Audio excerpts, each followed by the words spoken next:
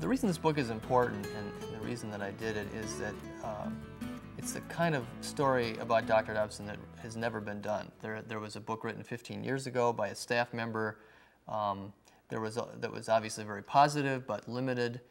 There was a book written a few years ago by an ex-staff member that was basically an attack on Dr. Dobson. And what I'm really bringing to this is the balanced perspective and the analysis of a journalist. I've interviewed dozens and dozens of people, not just his friends and supporters and staff people, but people who can put him in a historical or cultural context, even his enemies, trying to figure out, who is this guy, giving a detailed account of how he got where he got and what he means to the culture. And I guess even more important than that, it's an authorized biography, so that Dr. Dobson has been comfortable with the process that I'm undertaking. I'm editorially independent. He really doesn't have any control over the book, and yet he's comfortable authorizing and saying, yeah, this is my story, and this is somebody I'm comfortable having tell it. Any of the millions of people who have bought a book by Dr. Dobson or listened to his show or have had any kind of connection with Focus on the Family, anybody who's interested in learning more about the man who may have helped them with their questions about child raising or whatever, is going to want to read this book. But also people who might just have heard about him, people who may have heard his views and maybe even disagree with them. He's such a figure in the popular culture, in the secular culture, and in the political realm, that if you have a curiosity about him and you want to know, who is this man who really is helping to define the evangelical Christian agenda, they're going to want to read this book too. He is a very passionate person. I mean, he's driven.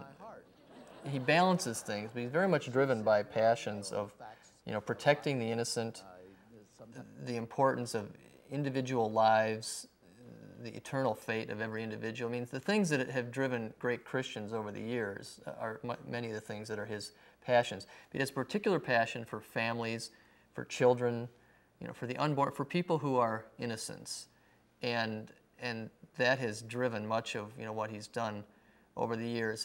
And even though he is a balanced and controlled person, I mean, he does have passions. He's bitterly disappointed that he can't play basketball anymore. He's been a lifelong basketball fan, a lifelong basketball player. In fact, people will recall that he was on the court and actually held Pete Maravich in his arms when Pete Maravich died. He was playing basketball with Dr. Dobson and some other people from Focus. And since his heart attack, though, and his stroke, he hasn't been able to play basketball, and that just drives him nuts.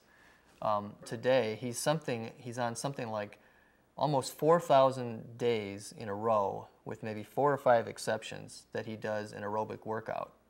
He's very proud of the fact that he's been able to do it for that many days in a row, but it's just a picture of his health. And I think he's felt that, if the Lord's going to restore his health, then he's going to expect Dr. Dobson to continue in the direction that he's gone, and that he's expecting things of him, and that he's expecting him to finish strong. And I think that really motivates him.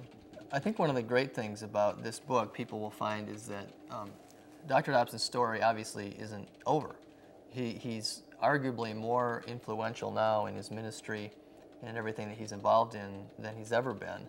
And I think that gradually turning over the administrative duties of Focus on the Family is freeing him to be even more of a public persona than he has been over the last few years.